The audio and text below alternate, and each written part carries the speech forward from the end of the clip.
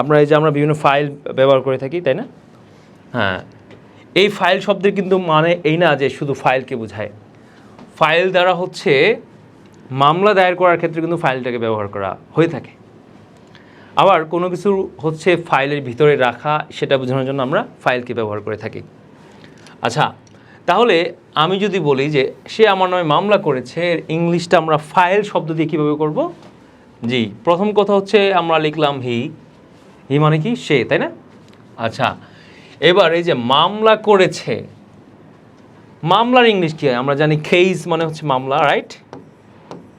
Case মানে মামলা। মামলা করার ইংলিশটা হচ্ছে কি মূলত? File a case.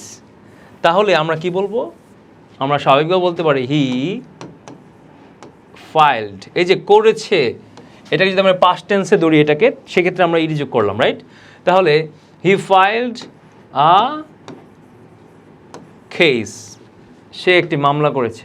এখন আমার নামে মানেটা কি? আমার নামে কি আমার নামের উপরে মামলা করেছে না আমার বিরুদ্ধে মামলা করেছে? এই কথা দ্বারা কিন্তু কী বোঝাচ্ছে? আমার নামে দ্বারা বোঝাচ্ছে যে আমার বিরুদ্ধে মামলা করেছে। তো সেক্ষেত্রে আমি বলতে পারি এগেইনস্ট মানে বিরুদ্ধে, আমরা জানি এগেইনস্ট মানে কি? বিরুদ্ধে।